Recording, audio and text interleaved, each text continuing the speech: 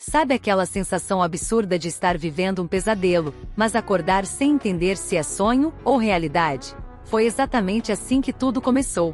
Eu sempre pensei que quando alguém termina com você, o pior que podia acontecer era a dor do adeus, a traição básica, o vazio. Mas não. O pior é descobrir que, para sua própria família, você nunca foi o suficiente. Que eles te jogaram fora, preferindo apoiar a sua irmã gêmea, aquela que desde sempre tinha tudo de graça, o sorriso bonito, a aprovação dos pais. O amor que a gente sente que deveria ser igual para todos. Meu nome é Lara. Tenho 29 anos e a história que vou contar não é só sobre o fim de um relacionamento. É sobre como eu sobrevivi ao abandono, à sabotagem, à mentira. E como, no fundo, sempre carreguei a força para virar o jogo. Tudo isso enquanto a minha família desmoronava ao meu redor, empurrando-me para fora de casa, como se eu fosse um peso que eles tinham vergonha de carregar. Eu e minha irmã, Marina, fomos criadas lado a lado, iguais em rosto, corpo, mas completamente diferentes na alma. Enquanto ela flertava com o mundo e recebia aplausos, eu era invisível. Sempre a outra, a diferente, a problema. Por anos, tentei conquistar o amor dos meus pais, mas eles preferiram fechar os olhos para as minhas lutas e esconder as minhas lágrimas. E quando eu precisei, eles nunca estiveram lá. E no meio desse caos, veio a pior traição, minha ex, Clara. Ela era o meu mundo, o meu refúgio. Ou pelo menos eu achava que era. Um dia, do nada, ela desapareceu da minha vida. Sem explicações, sem avisos. Depois, descobri que ela estava com um advogado, não qualquer um, mas o cara que estava lidando com um processo complicado que eu, sem saber, teria que julgar meses depois. Foi um choque brutal. O tipo de coisa que parece filme, mas que quando acontece, vira o seu pior tormento. Eu me senti dupla traída, por Clara, pela minha família, por tudo que achava que tinha fundamento. A sensação de injustiça era tão profunda que eu pensei que nunca mais iria conseguir confiar em ninguém. Mas a história não termina aí. Antes disso, a minha família tentou me destruir de um jeito que eu nunca imaginei. Uma sabotagem tão fria, tão cruel, que quase me custou a vida. Eu sei que parece loucura, mas vou contar cada detalhe. Porque a verdade precisa ser dita. Porque não é só uma história de abandono. É uma história de redenção. De sangue, suor e lágrimas. Era uma manhã cinzenta quando a minha vida mudou de vez. Eu estava voltando para casa depois de uma entrevista de emprego que poderia ser a minha chance de recomeçar. O trânsito estava lento, mas eu estava feliz, animada. De repente, uma colisão forte, um impacto que me jogou para frente. Senti um calor insuportável, a cabeça girando, e então, o nada. Quando acordei no hospital, meus primeiros pensamentos foram sobre quem tinha me atacado. E então, todas as peças começaram a se encaixar. A sabotagem não tinha sido acidente. Alguém queria me tirar do caminho. E claro, a suspeita mais cruel, poderia ter sido minha própria família. Enquanto eu tentava me recuperar, descobri que Clara não apenas tinha me trocado, mas estava envolvida no mesmo processo jurídico que eu, que agora sabia que ia julgar. Um processo que poderia destruir a carreira dela, e que eu tinha o poder de decidir. A ironia da situação era cruel demais para ser real. Agora, no hospital, entre dores e medos, percebi que tudo estava se movendo para um confronto inevitável. Eu tinha que escolher, deixar o passado me destruir ou usar toda essa dor para me reconstruir, para finalmente virar o jogo. A pergunta que eu mais me fazia era: até onde eu iria para recuperar minha vida e minha dignidade? E mais importante, eu conseguiria sobreviver para contar essa história? Acordar no hospital foi como emergir de um sonho tóxico, mas com um gosto amargo que grudava na boca. Aquele lugar branco, cheio de máquinas e vozes abafadas, não era só um cenário, era o palco da minha quase morte, do meu renascimento. Eu tinha sobrevivido ao que parecia uma sabotagem mortal, mas as cicatrizes ainda estavam frescas, não só na pele, mas na alma. A equipe médica dizia que eu tinha tido sorte, que aquela batida podia ter sido fatal. Sorte. Eu não sentia sorte.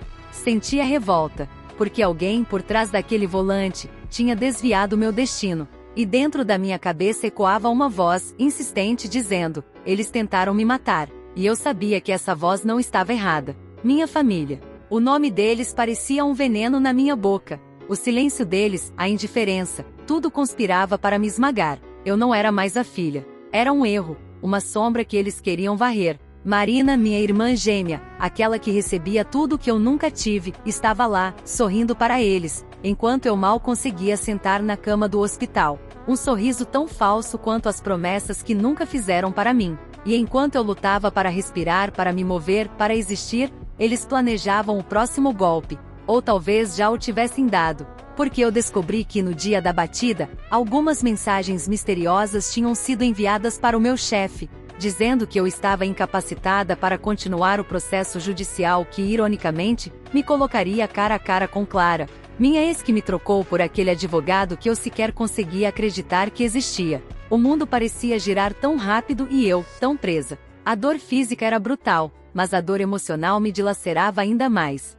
Clara, a mulher que jurou me amar, agora estava ali, usando os corredores do tribunal, sob a proteção daquele advogado. Ela não sabia que eu era a juíza do caso dela, e eu precisava jogar esse jogo com inteligência, com frieza, sem deixar que eles sentissem o que eu sentia: medo, raiva, abandono. Quando me libertei das amarras do hospital, as coisas só pioraram. O silêncio da minha família era como um muro invisível, mas intransponível. Tentava falar, pedir ajuda, mas só recebia portas fechadas. Eles preferiram acreditar na versão da Marina e a irmã perfeita, a boa, que jurava que eu estava exagerando, inventando histórias para chamar atenção. Na minha cabeça, as peças começavam a se encaixar: a sabotagem, o abandono, a traição dupla. Eu precisava me reerguer, porque não era só a minha vida em jogo, era a minha honra, minha verdade. E mais que isso, precisava confrontar Clara antes que ela destruísse tudo que sobrou de mim. Foi então que decidi agir. Enquanto todos achavam que eu estava frágil, eu comecei a reunir provas, informações que poderiam não só salvar minha carreira, mas expor toda a rede de mentiras que me sufocava. Cada ligação, cada documento, cada testemunha era um tijolo na construção da minha redenção. Mas ninguém sabia que naquele tribunal, o jogo de poder ia muito além do que parecia. E que Clara estava jogando para vencer, custasse o que custasse. O advogado dela, seu novo refúgio, era mais do que um simples profissional. Ele tinha interesses obscuros, conexões perigosas, e estava disposto a tudo para garantir que ela saísse vencedora. A tensão aumentava a cada dia. Eu podia sentir o olhar deles, desconfiado, calculando meus passos. E eu sentia que a qualquer momento, eles poderiam tentar me derrubar de novo. Mas dessa vez, eu não iria cair sem lutar. Foi numa dessas noites que recebi uma mensagem anônima. No começo, pensei que fosse outra ameaça vazia, mas ao abrir, o coração quase saiu pela boca. Era uma foto minha no hospital, mas com um detalhe que ninguém sabia: havia uma sombra, alguém observando.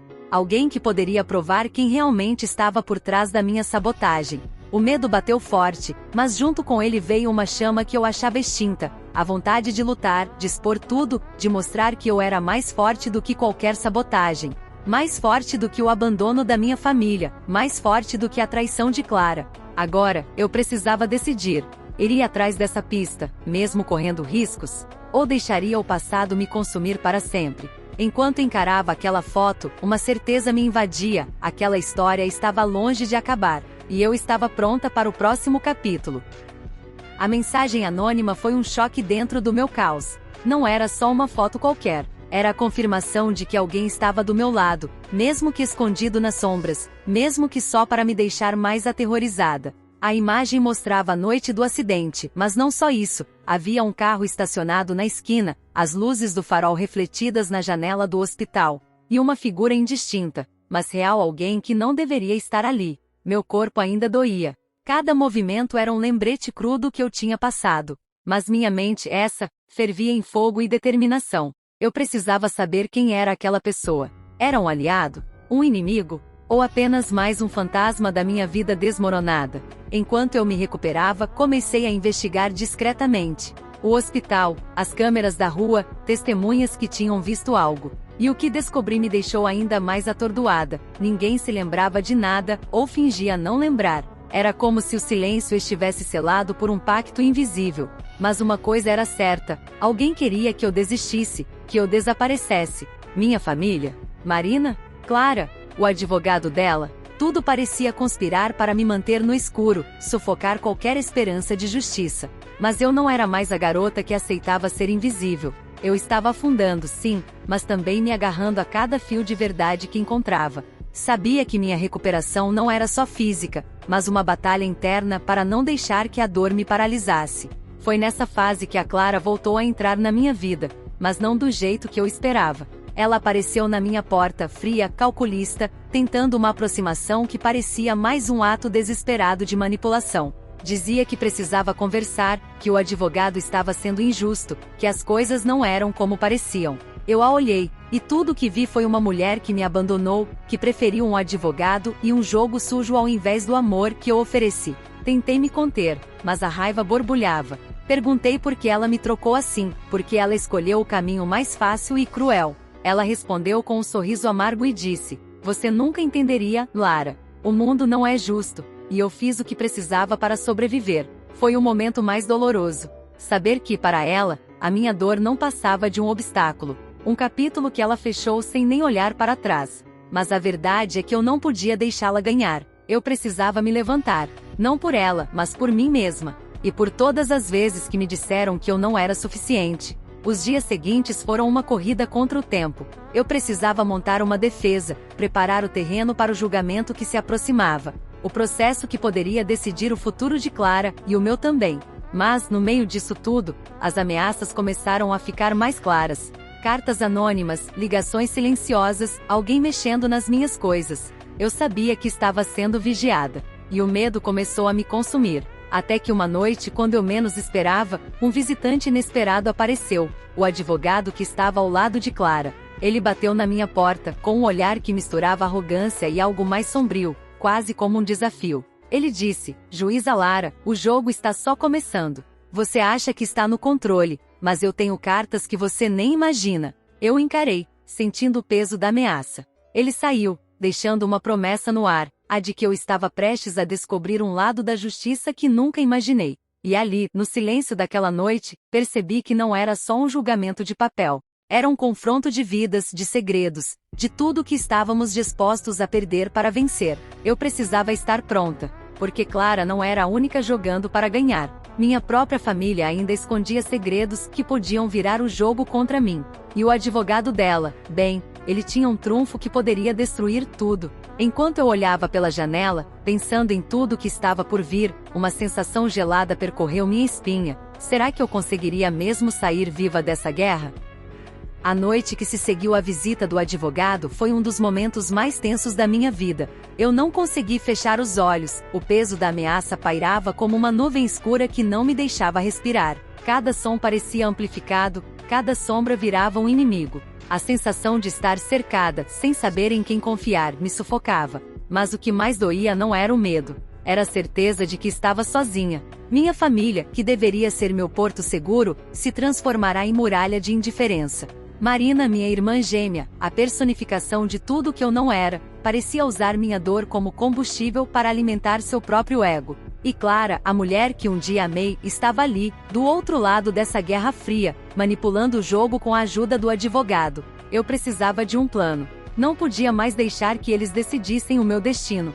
Foi então que, entre uma consulta médica e outra, comecei a reunir tudo que podia usar a meu favor. Testemunhos, documentos, conversas gravadas. Tudo era uma peça desse quebra-cabeça que poderia virar o jogo. A cada dia me sentia mais forte, mais segura de que minha redenção estava próxima. Mas os ataques continuavam. Dessa vez, não eram só ameaças veladas. Um dia, ao chegar em casa, encontrei a porta arrombada, meus pertences revirados, um aviso claro: eu estava sendo caçada. O pânico bateu, mas a raiva falou mais alto. Eu não ia me esconder. Não dessa vez. Decidi que era a hora de confrontar Marina. Queria entender até onde ela estava envolvida, se ela era apenas um espectador ou parte ativa desse jogo sujo que me consumia.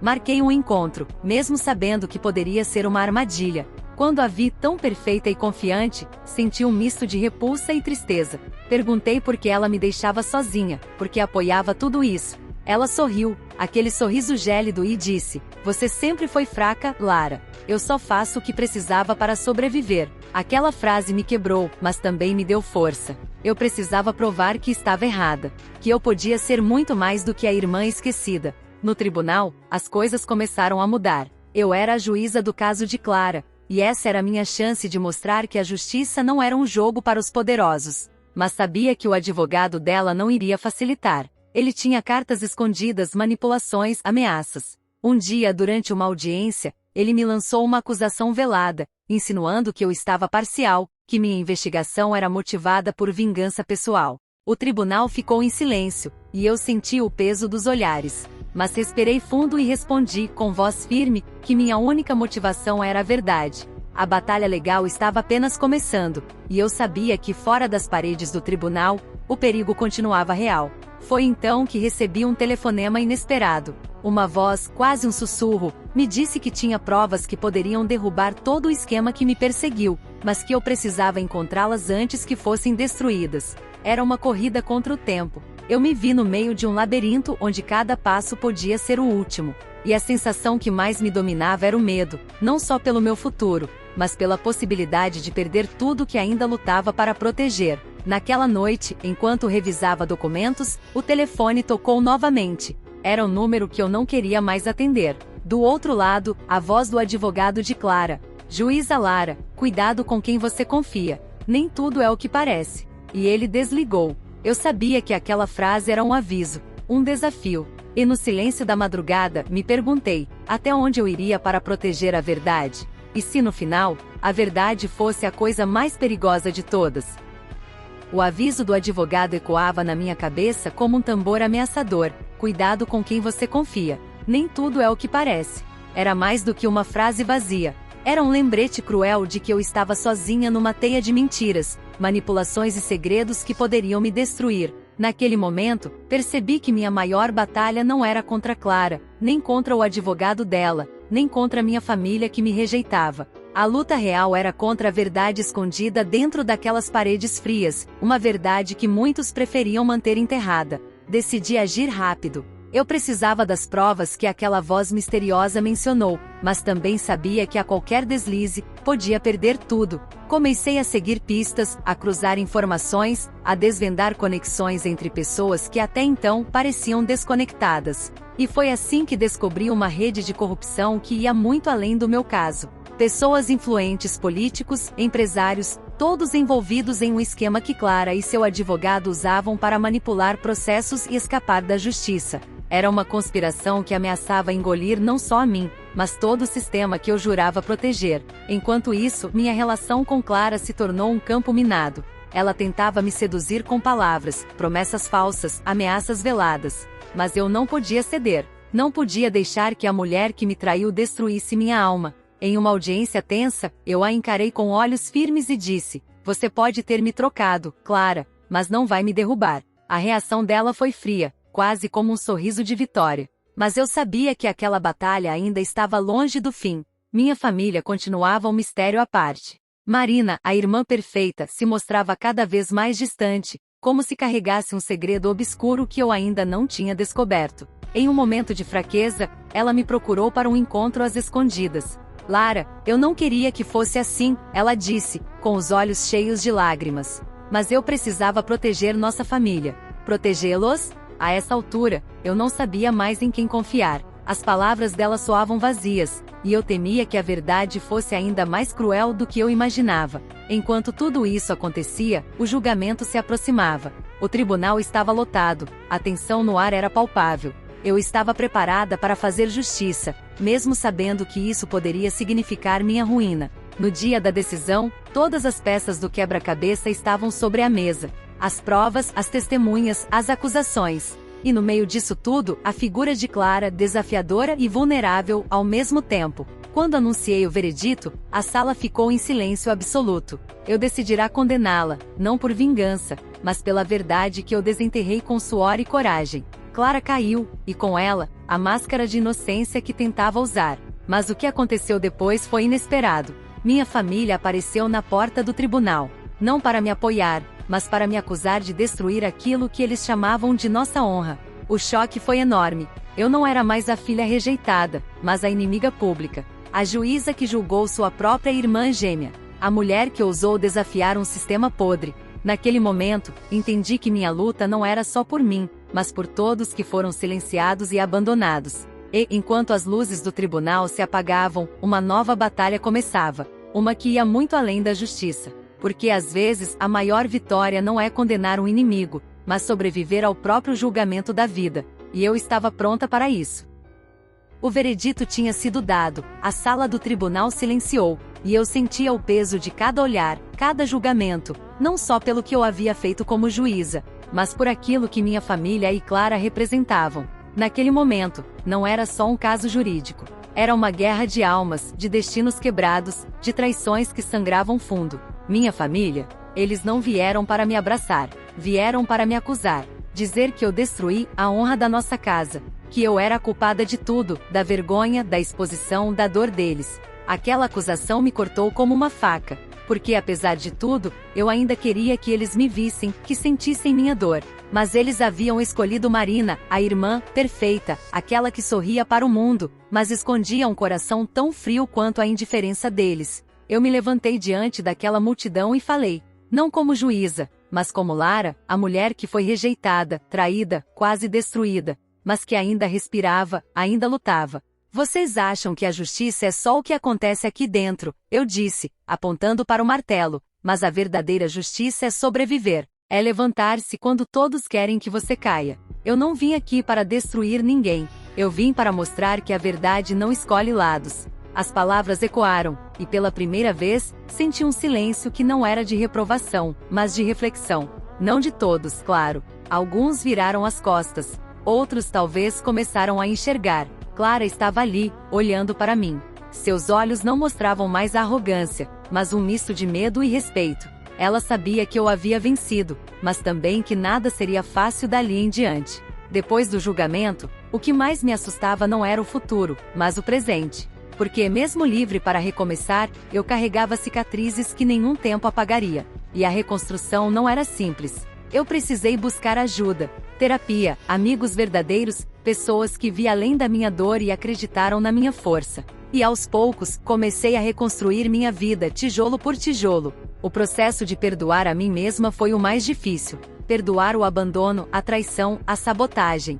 Porque ninguém pode crescer sendo refém do passado. Minha relação com Marina nunca mais foi a mesma. Ela se afastou, e eu aprendi que algumas pessoas só fazem parte da nossa história para nos ensinar o que não queremos ser. Clara, nunca mais nos vimos fora do tribunal. O que aconteceu ali ficou marcado para sempre, mas também me libertou para ser quem eu realmente sou. Hoje, olhando para trás, vejo que a justiça que fiz não foi só a legal. Foi a justiça da alma, do coração partido que se negou a morrer. E a lição que carrego é simples, mas poderosa. Mesmo quando tudo parece perdido, quando a família vira as costas, quando o amor trai, ainda há dentro da gente uma chama que ninguém pode apagar. Essa chama é a nossa força. E é ela que nos faz seguir, sobreviver, vencer. Sei que minha história não é única, e que há muitas pessoas por aí lutando batalhas parecidas. Mas se eu puder deixar uma mensagem, é essa: você é mais forte do que pensa. Nunca deixe ninguém te convencer do contrário. Porque no final das contas, a maior justiça que podemos alcançar é sermos fiéis a nós mesmos, e nunca desistir de lutar por aquilo que acreditamos.